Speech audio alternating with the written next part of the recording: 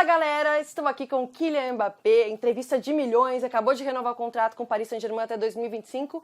Merci Kylian de parler avec nous. Qu'est-ce qui a changé de Kylian qui est arrivé en 2017 par rapport aujourd'hui Kylian 2022, la version actuelle? Déjà il a vieilli, c'est déjà bien, mais après c'est un joueur différent avec la même ambition, la même détermination, mais un statut différent et une étape de sa carrière différente. Et je pense que voilà, je suis aussi un joueur différent parce que j'ai pas mal évolué et je pense que j'ai évolué dans le bon sens. Et pourquoi était tellement difficile de prendre la décision et quels sont les points clés que vous avez choisi finalement Paris Saint-Germain? C'est compliqué parce que vous voulez prendre la meilleure décision, on parle de votre avenir, c'est votre avenir de quoi on parle et vous ne voulez pas vous tromper.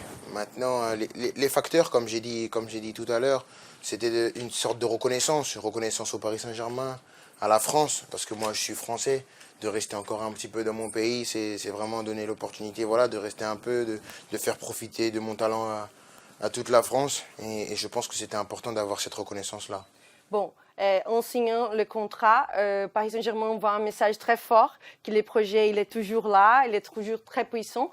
Qu'est-ce qu'on peut attendre de ces mercato? J'imagine aussi que toi, tu vas participer, pas comme un agent, mais aussi pour aider éventuellement le directeur sportif et tout.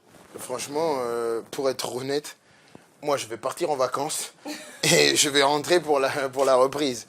Non, je ne vais pas intervenir. Je pense que jusqu'ici, si les gens ont respecté le joueur et l'homme que j'étais, c'est parce que j'ai toujours donné 100% de ma concentration sur le terrain.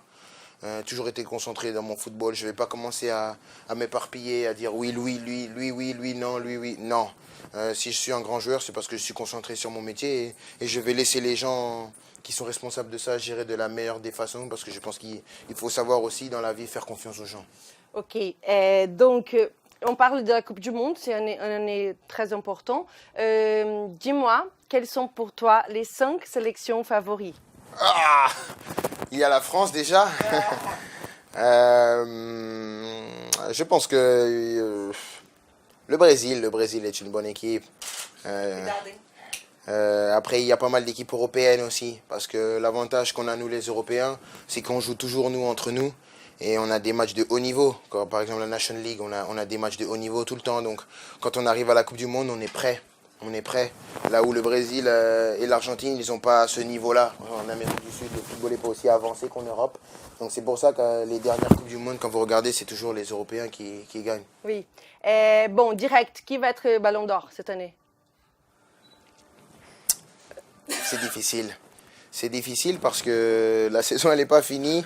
Et il faut attendre, il y a pas mal de prétendants. Il faut attendre de voir qui va faire quoi. Les règles ont changé en plus. C'est la première année où les règles ont changé, où les titres collectifs, ils comptent moins. C'est vraiment le joueur qui est le plus impressionnant. Donc c'est la première année du changement, c'est difficile de dire. Bon, la dernière, c'est simple.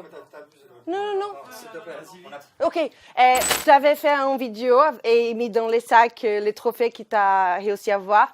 Quels seraient les sacs parfaits pour la saison prochaine avec tous les trophées? C'est facile. Allez. La Coupe du Monde, la Ligue des Champions, le Ballon d'Or. Allez, merci Kylian. Merci.